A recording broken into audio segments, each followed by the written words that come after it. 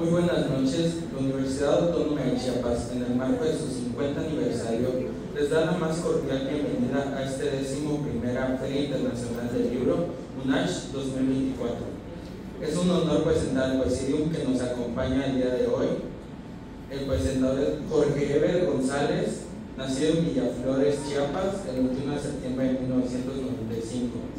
Ha participado en las revistas de Aquí a la Luna, Era, mimeógrafo, participante en el 9º y 10º Festival Internacional de Poesía Palabra en el Mundo en Chiapas, en el 10º Encuentro Nacional de Literatura al Sur de la Palabra, en la 5ª Feria Internacional del Libro Chiapas Centroamérica, autor de los poemarios A Grito Abierto y Embrujo de Café, ambos del 2015, y a la autora del libro Bajo el Cielo del Sabino, Amira Sherezada Pastrana Tanús, licenciada en Ciencias de la Comunicación y maestra en Administración por la Universidad Nacional Autónoma de México.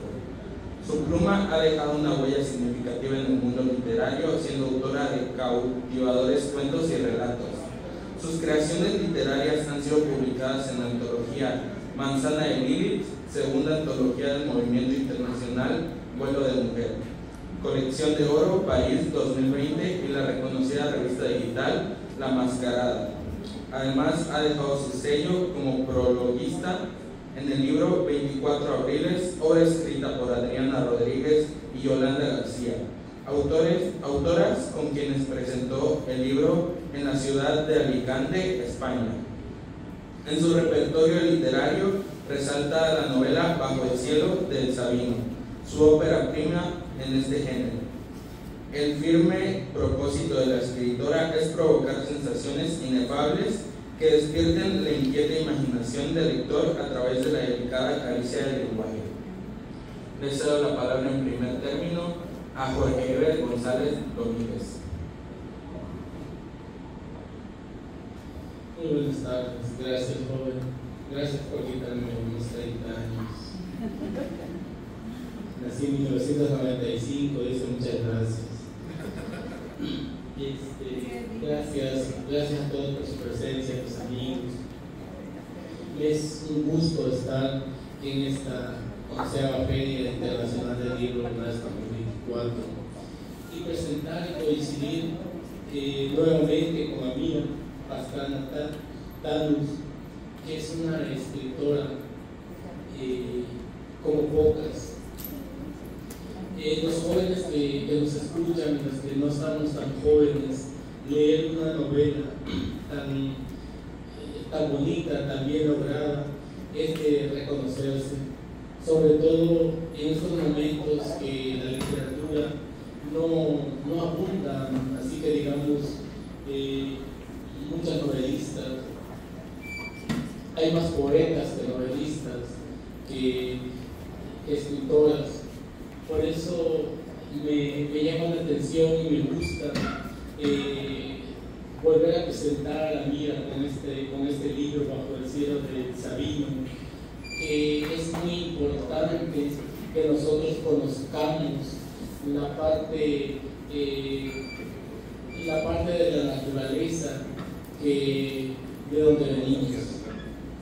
Eso no lo olvida la autora, es muy descriptiva, es muy elocuente en la historia, no se pierde en el hilo de la historia y renace esos sentimientos que traemos de nuestros orígenes. Posiblemente los más jóvenes ya sean más citadinos, más de ciudad, pero la mayoría venimos del campo. Y aquí don Raúl Leonardo Rincón viene con una historia impactante que retoma la autora, que a veces no se sabe si es biográfico o es histórico, pero lo que sí se palpa que es una historia muy bien lograda.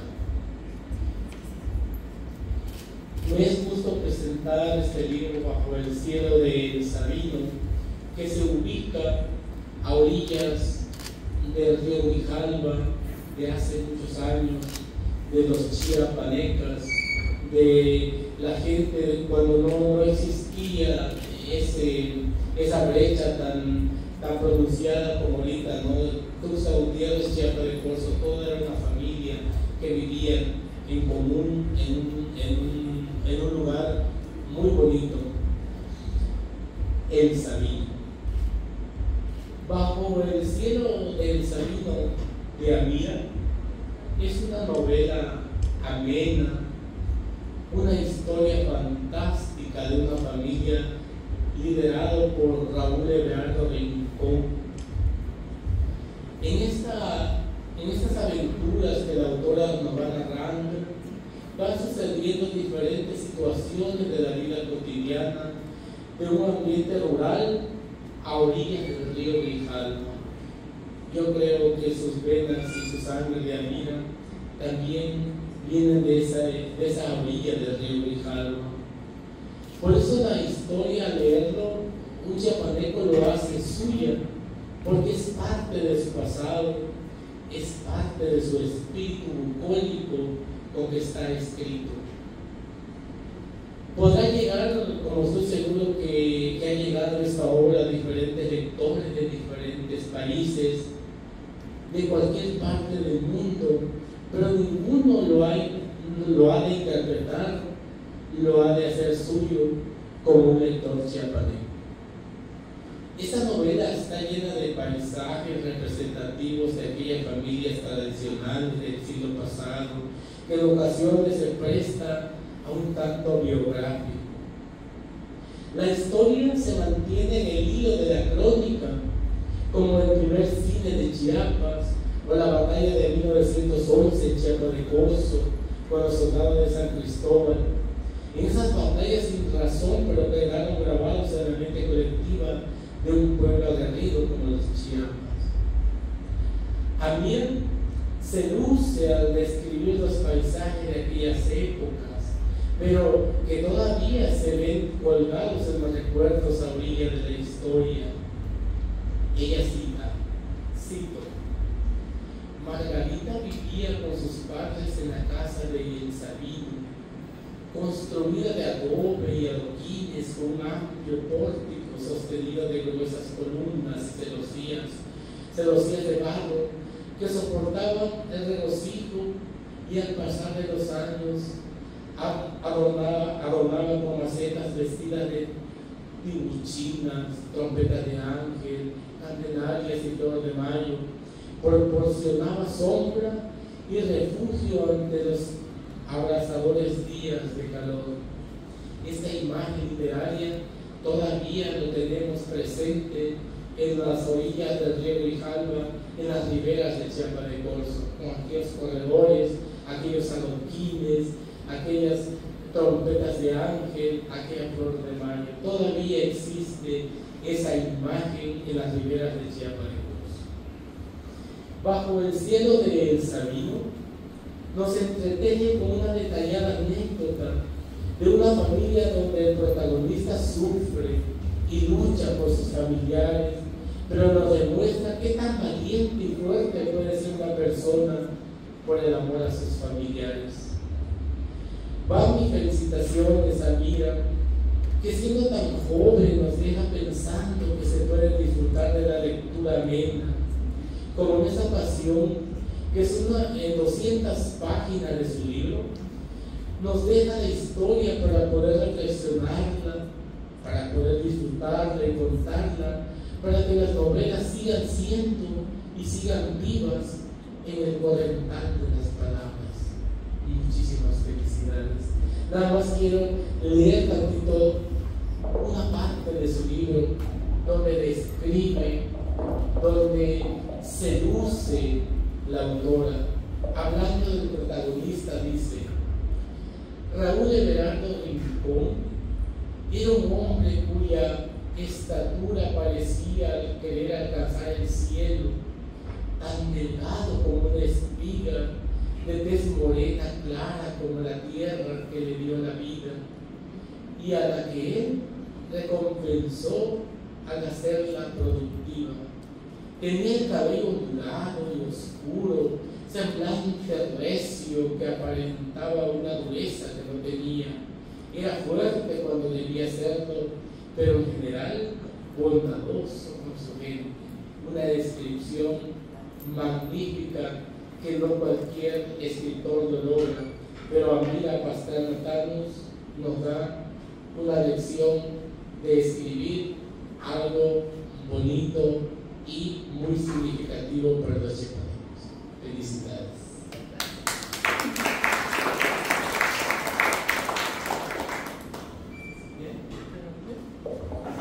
Muchas gracias, qué bueno que estén todos aquí, me da mucho gusto tenerlos y quiero agradecer a la Universidad Autónoma de Chiapas, quiero agradecer a los organizadores de la feria por la invitación y bueno, a Jorge por maravillosos comentarios que hizo en la novela y muchas gracias porque esto anima a seguir escribiendo y a seguir jugando con las letras para crear bellas historias. Y bueno, les voy a hablar un poquito acerca del por qué hice esta novela. Esta novela para mí fue un viaje al interior de mi familia, al interior de esta bella ahora ciudad. En aquel entonces no era una ciudad, eran pueblitos que fueron conformando lo que ahora conocemos como Tuxtla. Y bueno, pues yo conocía estas historias por boca de mi abuela, de mi papá. Y a mí me las contaban como bellas anécdotas, como cuentos, cuando te cuentan un cuento, así. Y entonces yo me enamoré de estas historias, de estas anécdotas y decidí que tenía que escribirlas porque esto no se podía quedar en el olvido, porque finalmente yo les pregunto a ustedes, sobre todo a los jóvenes que están aquí, ¿ustedes conocen la historia de su familia? ¿Saben de dónde vienen? ¿Quién de ustedes me puede decir que sí? Pues sí. Entonces es muy importante saber, porque nosotros traemos una personalidad que viene de algo atrás, de una educación, de unos valores, de una cultura que nos heredaron nuestros antepasados, y es importante conocer. Y no solo importante, es muy interesante conocer de dónde venimos, saber por qué somos como somos, por qué nos comportamos de esta manera, o por qué tenemos ciertas ideas, costumbres, de dónde vienen. Y cuando empiezas a descubrir estas raíces familiares, te empiezas a adentrar y te das cuenta de lo maravilloso que es y te das cuenta que debes seguir investigando para conocer a fondo estas raíces y que son cosas que quisieras transmitir a tus siguientes generaciones. Y eso fue lo que yo hice con este libro. Conocí a mi bisabuelo en el libro, porque realmente no lo conocí en persona, a Raúl, pero a través de todas estas páginas yo llegué a conocerlo como si lo tuviera enfrente, y esto es lo maravilloso de la lectura, que nos lleva a mundos que no podríamos de otra manera. Y bueno, como bien dijiste, es una novela emotiva, es una novela que retrata el amor y la tragedia al mismo tiempo, el amor desmedido por una familia al mismo tiempo que la tragedia, y que se cree en un destino en el que todos tenemos que llegar a él, y definitivamente así lo veían estas generaciones. Maneja lo que es la superstición, maneja la magia, maneja las tradiciones de la época, tiene una carga de investigación documental fuerte, ya que para poder lograr este libro tuve que meterme a investigar tanto en libros, en periódicos, en páginas de árboles genealógicos, en documentos de la época, para poder dar una estructura a la novela que fuera además creíble, porque tenía que contextualizarla tanto en una época como en un contexto, en un ambiente.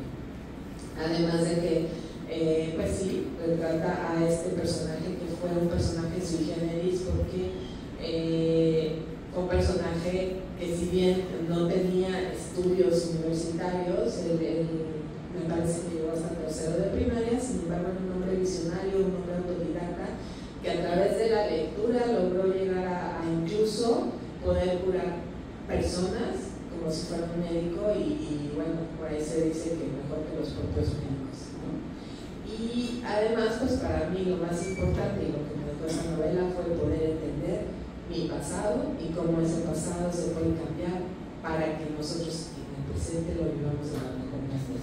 Y bueno, para ya no aburrirlos más con pláticas, no sé si quieren que sea pequeños fragmentitos.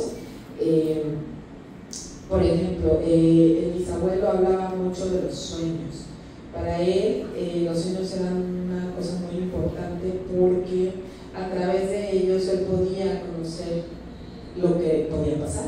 Era una especie de espiritista que a través de los sueños realizaban ciertas cosas. Entonces vamos a leer un pequeño fragmento.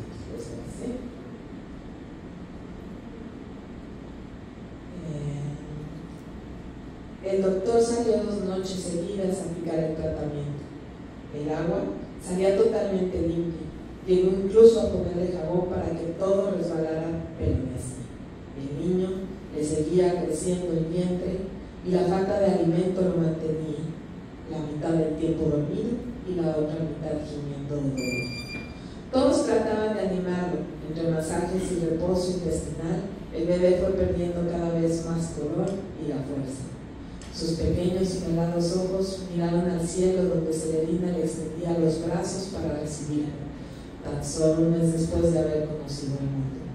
Papá, ¿qué pasa que no está triste?, dijo Ángela con la mirada desbordante. Si estoy triste, ¿cómo podría no estar? Era mi hijo, pero lo sabía. ¿Qué quiere decir, papá? Solo puedo decirte que no quiero volver a soñar, que me quiero ahogar en alcohol para dormir totalmente borracho y no saber de mí. Esos malditos sueños, si el cielo es oscuro, si la noche es negra, ¿por qué la mente tiene que seguir viendo tarugadas?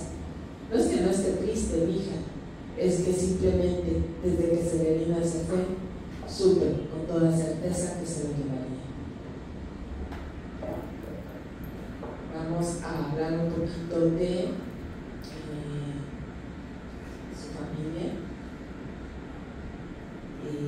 Se dice que la familia llegaba y lo visitaba a través de los sueños. Entonces, este es un fragmento donde habla un poquito de eso. Un desfile de ánimas se cruzó frente a Raúl. Siluetas de rostro difuso caminaban sobre aquel suelo de madera sin que sus pasos consiguiesen despertar el crujido de las tablillas. Andaban sin andar, flotando sobre una infausta marea de oscuridad. Aquellas almas lo miraban.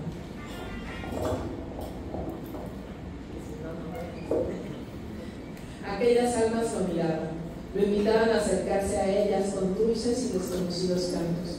Susurraban secretos que no podían descifrar. Sus manos, con movimientos lentos y pausados, lo llamaban a tomar ese misterioso camino, a danzar entre las sombras hasta deslizarse en aquella senda sombría que lo llevaría a un aseado final. El viento temblaba y la luz de la luna se perdía en el manto de la noche desnuda. Los rostros comenzaron a definirse, seres pálidos con los ojos hundidos y la mirada gélida, sin un atisbo de vida. Detrás de ellos, una luz, un destello luminoso y deslumbrante que lo llamaba al umbral de la curiosidad y del temor. ¿Qué buscan aquí?, les preguntaba. La respuesta eran sonidos vagos y balbuceantes. Salgan, bultos, váyanse. Y bueno, pues también hay fragmentos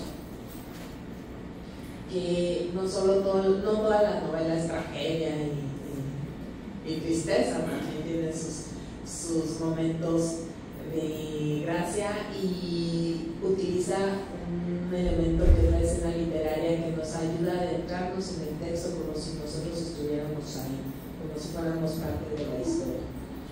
El capítulo se llama Chirmolerías. ¿Qué hubo, Severo? ¿Cómo va el chapeo de calabaza? Bien, patrón, ya mismo acabamos, solo nos falta ese pedazo de parcela y listo para venta. Muy bien, aquí me quedo con ustedes a ayudarlos. Está bueno, así acabamos más pronto. ¿Ya se enteró, don Raúl? ¿De qué, Severo? Del chisme de Santa Rita. Pues no soy un hombre de chismes. Yo sé que usted es un hombre recto y que no se anda con esas tarugadas, pero este argüente sobre una de las mujeres de allá, se lo cuento. Fíjese que no, Severo, ya te dije que no soy hombre de chismes, y mucho menos si se trata de alguna persona. No me interesa lo que me quieras contar. Pues ya sé, patrón, pero de todas maneras se lo voy a contar. Vaya neciote que eres. No sé para qué preguntas si de todas maneras vas a hacer lo que se te dé la gana. Anda pues, vení, cuéntame lo que te plazca. Está bueno, patrón, pero solo porque usted me lo pide. Al rato no vaya a decir que soy un chismonero, contestó Severo ante la cara de sorpresa y revoloteo de ojos de Raúl. Y bueno, aquí hay una parte muy importante del libro que es el uso del lenguaje, y es que muchas de las palabras que utilizó en esta novela, obviamente la tuve que contextualizar a la época y al momento y al lugar. Entonces se utilizan palabras que actualmente muchas de ellas o están en desuso o están por desaparecer, y esto es algo importante para el libro porque rescata ese lenguaje, rescata esas palabras que se están olvidando, y ustedes podrán decir, bueno, pues no entiendo lo que dice. Normalmente se entienden si uno lo ubica en el contexto de la historia. Sin embargo, al final del libro ustedes van a encontrar un glosario en el que se explica el significado de cada una de estas palabras. Esta es una parte importante que hay que rescatar, porque chicos debemos rescatar nuestra cultura y nuestro lenguaje. Y bueno, por último les voy a leer un fragmento del capítulo que a mí me gusta mucho,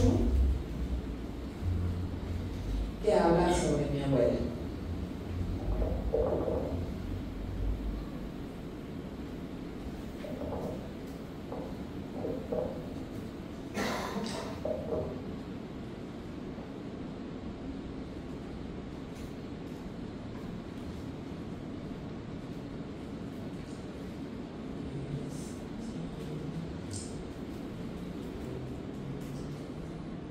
Margarita prefería saltar entre los charcos o desafiar la gravedad al trepar árboles junto a su hermano Gustavo.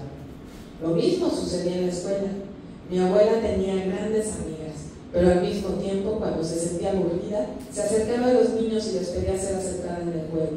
En ese rincón de Tuxtla, la infancia se convertía en un sinfín de aventuras.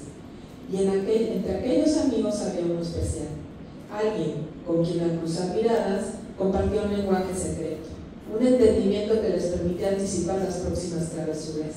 Eran cómplices en juegos e ilusiones. Ambos destacaban por su aguda inteligencia. Tenían la habilidad de completar sus lecciones con gran rapidez y concebir planes para entretenerse, aunque esto no siempre fuera del agrado del profesor, quien en más de una ocasión se vio obligado a expulsarlos de su clase. Naturalmente, cuando esto ocurría, en lugar de ser un castigo, se tornaba en un regalo, pues los dos se aventuraban a la plaza, donde saboreaban unas exquisitas garnachas chiapanecas, para después retornar a la escuela. Por lo general, sus travesuras permanecían ocultas a los ojos de sus familiares. «Vámonos a casa, Margot». «Sí, papá», dijo Margarita con una agradable sonrisa. «¿Estás muy contenta, hija?» «Sí, me divierto mucho con mi amigo». «Ya lo veo. ¿Cómo se llama tu amigo?» «Jaime, papá. Se llama Jaime Sabines». Pues muchas gracias.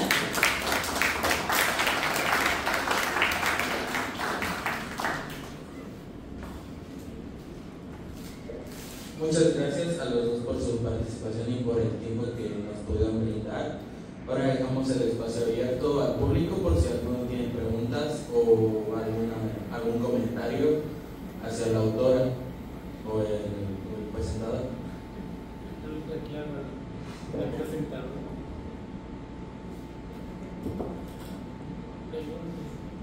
¿Cuánto cuesta el libro? La inspiración ¿cómo surgió la inspiración para escribir el libro? Se trata de un ambiente muy especial. ¿Y cuánto tiempo tardó en hacerlo? Muchas gracias. Bueno, la inspiración fue justamente cuando mi abuela le diagnostican cáncer.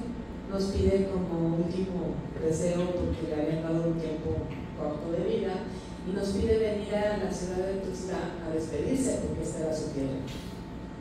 Y ella decide venir con toda la familia a despedirse. Entonces, entre lo triste y lo melancólico que estaba mi papá, nos venimos en un viaje en coche desde la Ciudad de México hasta acá, aproximadamente aproximadamente 12 horas en las que yo vine escuchando todo el viaje, las historias de mi familia por parte de mi papá. Él entre triste, melancólico, me las contaba de una manera que era, hagan de cuenta, como si me estuviera en cuentacuentos contando todas estas historias. Me enamoré de ellas. Y en ese momento tal vez no decidí escribirlas, me tardé un poco en quererlo hacer, hasta que después yo, con cualquier persona de la familia a la que iba, volví a escuchar las mismas historias y me di cuenta que para la familia este personaje era alguien admirable y alguien que todos recordaban con mucho amor y mucho cariño. Y decidí que entonces esto no se podía quedar ahí en el recuerdo, en la memoria, que tenía que escribirse, porque todas esas anécdotas familiares se van quedando y se van quedando hasta que llega una generación que ya no sabe más de eso, que lo olvida. Entonces siempre hay que tener un registro de todo esto, y que además es un registro de nuestro pasado como México, de un México diferente al que tenemos ahora y un México que debemos rescatar.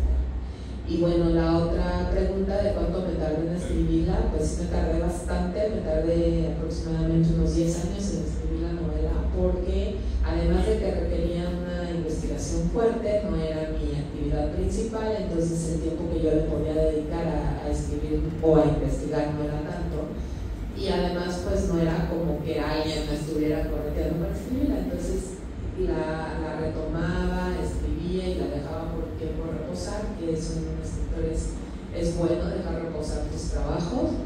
Y cuando la retomaba, hasta que un día llegó un editor y me dijo: oye, tu historia está increíble, quiero que la presentes en la Feria del Libro de Guadalajara, pero la tienes que terminar en 3 meses. Y dije, bueno, pues a dar.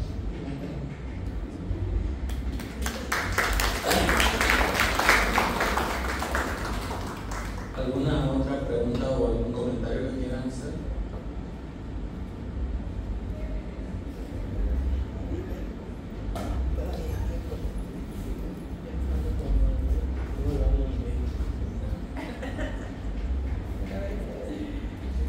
Quisiera comentar una anécdota, porque Amira y yo somos primas en segundo grado, ¿no? Y somos nietas de Raúl Rincón, del personaje que narra la historia. Y hace muchos años, no sé cuántos, como unos 25 creo yo, o más, o 30, decidieron que se hiciera una rinconada de todos los rincones, ¿verdad? De todos los apellidos Rincón. Y vinieron muchos rincones a la hacienda del Sabino, porque se pidió permiso, porque ya no pertenece a la familia, pertenece a otra persona. Y ahí llegó la tía Nina, que es hermana de la tía Margot, abuelita de Amira. Y recuerdo que la tía Margot, que la tía Nina, como buena maestra, llevaba uno de esos altoparlantes, ¿cómo se llaman? Y empezó a contar cómo fue la infancia ahí en el Sabino. Y entre las cosas que comentó, ella dijo que cuando su papá estaba ya casi muriendo, les dijo que si algún día toda su familia se reunía en su nombre, él iba a pedirle permiso al creador y daría muestras de que él estaba ahí. Eso estaba platicando la Janina, y había un sol radiante, pero cuando dijo eso, el cielo se oscureció y salió un aire, pero que de verdad estaba, que todo el mundo decía: aquí está el bisabuelo Raúl. Fueron como 5 minutos y al rato volvió a salir el sol, pero dijimos, tuvo permiso para venir a estar con nosotros. Esto fue una anécdota muy bonita, y al año escribí un poema que se llama Carta al bisabuelo Raúl, donde le digo muchas cosas, pero a la vez comento esa anécdota del aire, ¿no? Del viento y de la oscuridad que se hizo por unos momentos.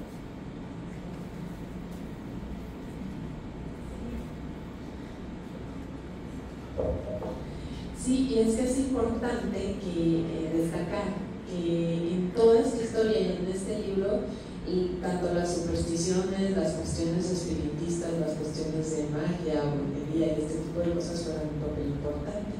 Y bueno, pues el bisabuelo Raúl tenía como ahí una comunicación con los muertos, con los muertos y vivos. Es interesante esta parte. También quería quería comentar que, bueno, no sé, ¿por qué no lo comentaste bien? De que fue el primero que trajo el cine a Tuxtla Gutiérrez. Sí. Ya no había cine aquí. Y ya cuando vieron que tenían un socio que era un señor Santaella, vieron que ya no era negocio que se estuvieran pues pasando siempre las mismas películas, decidió el señor Santaella retirarse del negocio y se llevaron el cine al Sabino. Y ya mi bisabuelo les pasaba cine los fines de semana, pues a todo el personal que tenía en el Sabino. Ahí, no había luz en Tuxtla, pero en el Sabino había planta de luz eléctrica. Así es, porque era un hombre visionario y trajo la tecnología a Tuxtla en un momento donde no existía tanto esta parte en el estado, y el mismo estado incluso le pedía su planta de luz para los eventos de gobierno, porque el bisabuelo tenía planta de luz, pero el gobierno no tenía todavía. Les voy a leer un pequeño parrafito sobre eso. No obstante, el interés del bisabuelo Raúl llegaba todavía más lejos. A pesar de la barrera de no hablar otros idiomas, buscó la forma de establecer correspondencia con Thomas Alva Edison y los hermanos Lumière, sobre quienes había leído recientemente. A estos últimos les compró un proyector de cine y varias bobinas de película en grandes carretes de madera, que poco tienen que ver con lo que conocemos en la actualidad. Según narraba mi abuela Margarita, cuando proyectaba películas en el rancho, los peones y los habitantes de las rancherías se congregaban para disfrutar de ellas, sin importar que una y otra vez se repitiera la misma cita. Así, el acendrado bisabuelo se granjeó al aprecio de todos los trabajadores de la región y tuvo en su hacienda el primer proyector de cine del estado. No sé si tengan algún otro comentario y pregunta.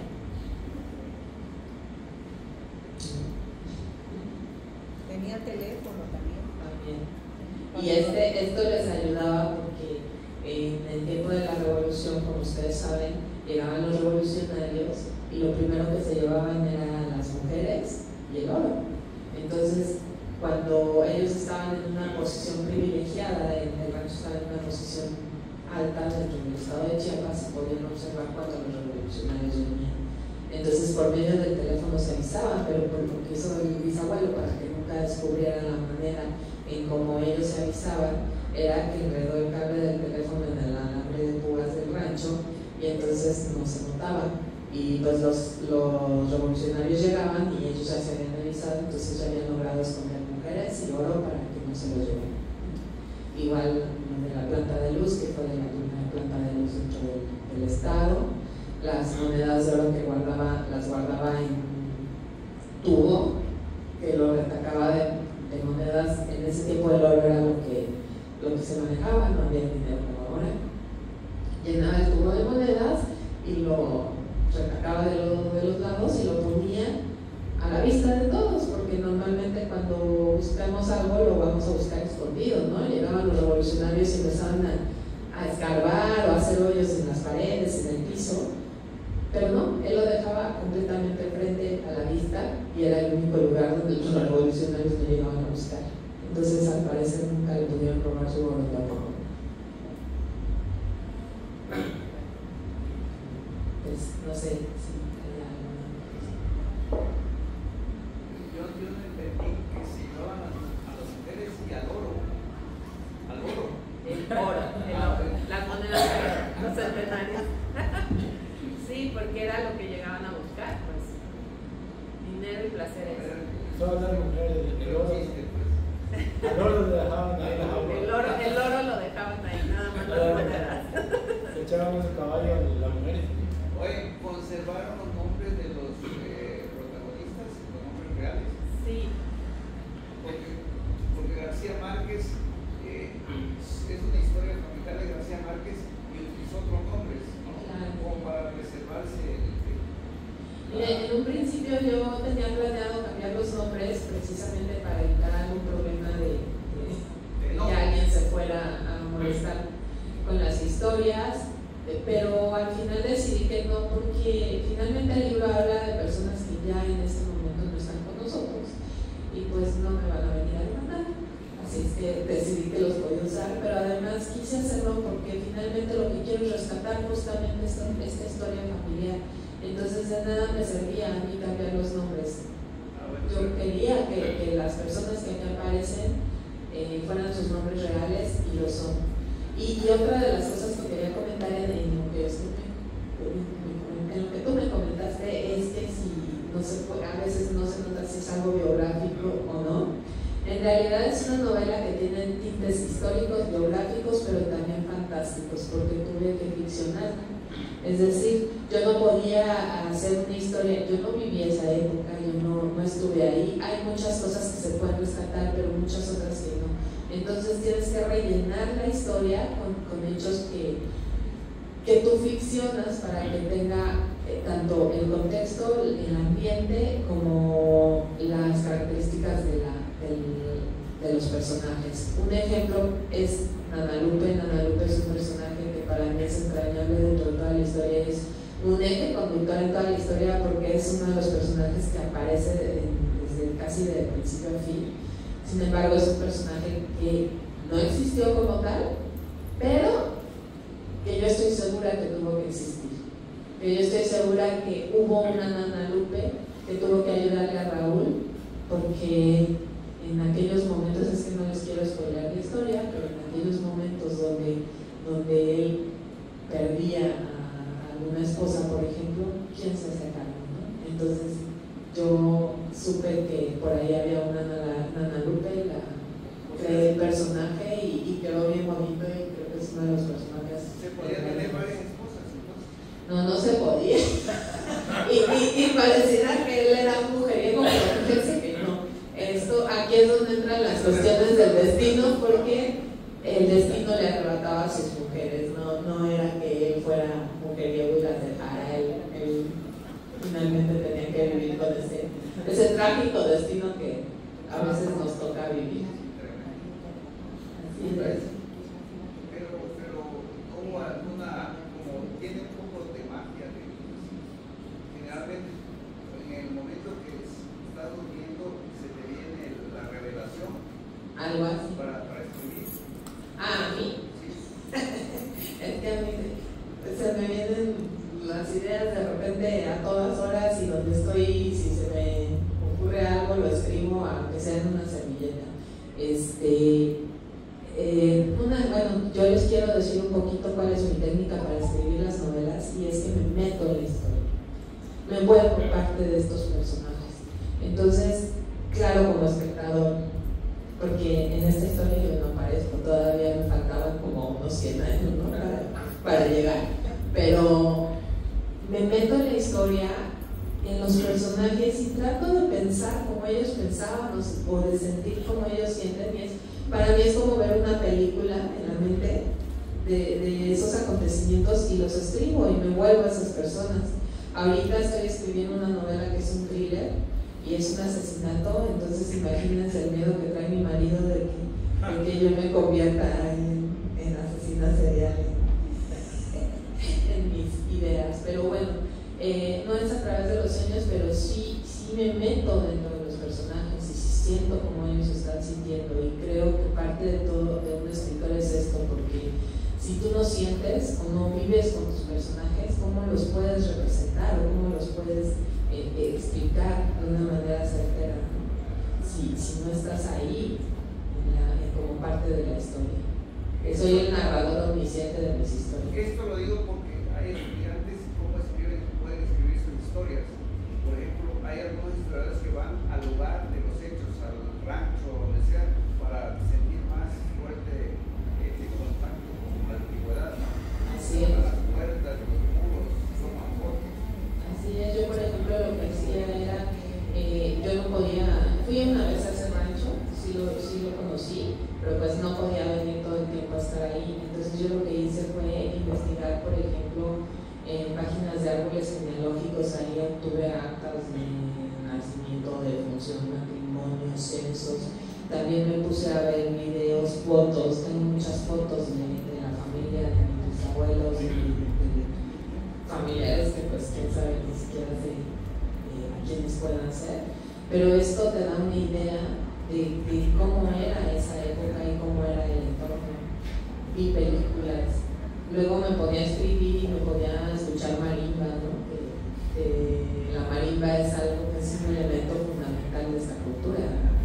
Entonces, escuchar música, o ponía, por ejemplo, videos sobre naturaleza, sonidos de la selva, este tipo de cosas que te transportan, te hacen esta parte de magia y te transportan al lugar donde tú estás hablando. Entonces sí, es un poco meterte en ese entorno tú también para que puedas escribir. ¿Y cómo lo pueden hacer? ¿Cómo pueden escribir los jóvenes? Pues tienen que empezar por conocer su pasado un poco, no sé, pedir fotos a sus familiares, pedir que les cuenten historias. Es bien interesante cuando los familiares ya mayores nos cuentan historias, porque tienen cosas tan increíbles que nos atrapan, pero muchas veces no nos damos el tiempo de escuchar.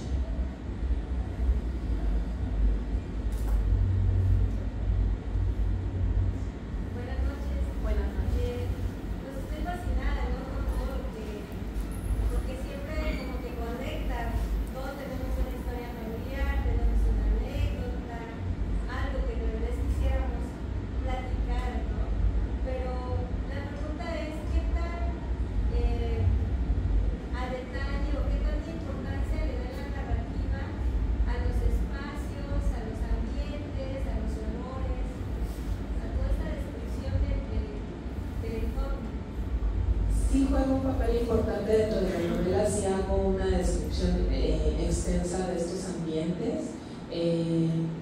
Jorge nos leyó una parte de estos ambientes, y justamente algo que me han dicho de la novela es que es muy descriptiva y la narración te transporta a esos lugares. Hablo desde la comida, la música, la naturaleza, cómo era la casa, cómo eran las personas, cómo era hasta su ropa. O sea, sí te describo esos ambientes para que tú te puedas imaginar cómo es. Si yo le doy este libro a uno de nuestros compañeros que están aquí jóvenes y no les explico cómo era ese lugar, pues no se lo van a poder imaginar, porque finalmente ya son nuevas generaciones que no tienen a veces sus contextos. Entonces sí tienes que describirlos de una manera más narrativa, sin ser, siento yo que es sin ser extensiva de manera que te aburra hacer tanta descripción. Creo que el párrafo que él leyó sobre el bisabuelo, donde yo narro cómo era el bisabuelo en unos cuantos renglones, creo que tú te puedes imaginar cómo era ese personaje, sin ser así como tan extensivo de hacerte una descripción de un personaje en 10 páginas, ¿no? Que termines diciendo, ay, ya, guacala, ¿no? No, te lo hago de una manera sencilla, te lo hago de una manera pequeña, pero que te explica exactamente cómo era esa persona, ese lugar, esa comida, etc. Hay un capítulo, por ejemplo, que hablo sobre el asesinato de uno de los hijos del bisabuelo, un personaje, y te estoy explicando de cómo lo encuentran todo lleno de sangre y todo, mientras la Nana Lupe está haciendo el puerco para hacer el coche y la sangre del puerco y no sé qué. Entonces es como si utilizar estos ambientes de manera que te adentren en la historia y que justo, yo no sé si a ustedes les pasa, porque a mí me pasa esto. Yo cuando leo un libro, así como cuando lo escribo, también cuando lo leo me meto en la historia y siento con los personajes, y si es una novela triste chillo con ellos, o me río con ellos, o siento lo que ellos están sintiendo, y para lograr eso se requiere descripción.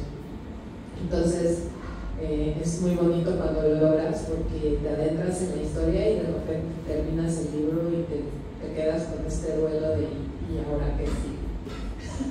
Y hay que leer otro libro para curarse de esa depresión de terminar un libro.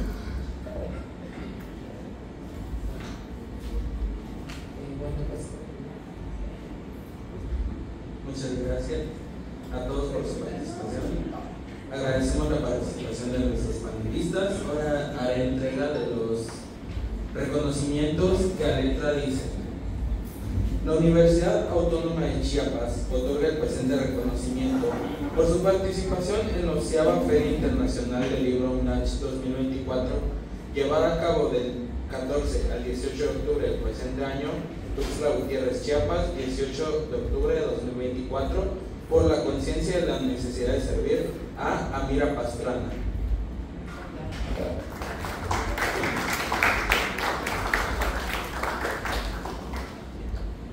Y con la misma leyenda, a Jorge Eber González.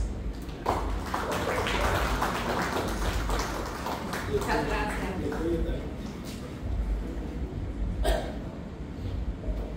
La Universidad Autónoma de Chiapas otorga el presente reconocimiento a Luis Daniel Carmen López por su participación en la 11ª Feria Internacional del Libro de UNACH 2024, llevada a cabo del 14 al 18 de octubre del presente año. Tuxtla Gutiérrez, 18 de octubre de 2024, con la conciencia de la necesidad de servir. Doctor Carlos Faustino Martínez.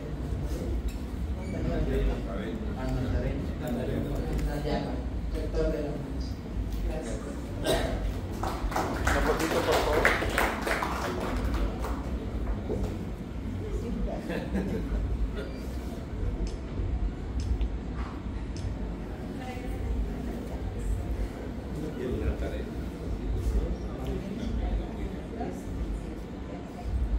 ¿Qué les parece por acá?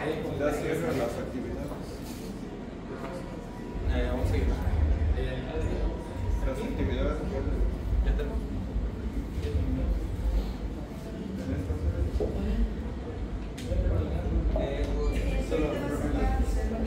La Universidad Autónoma de Chiapas agradece su asistencia. Gracias por asistir a la 11ª Feria Internacional del Libro. Buenas noches.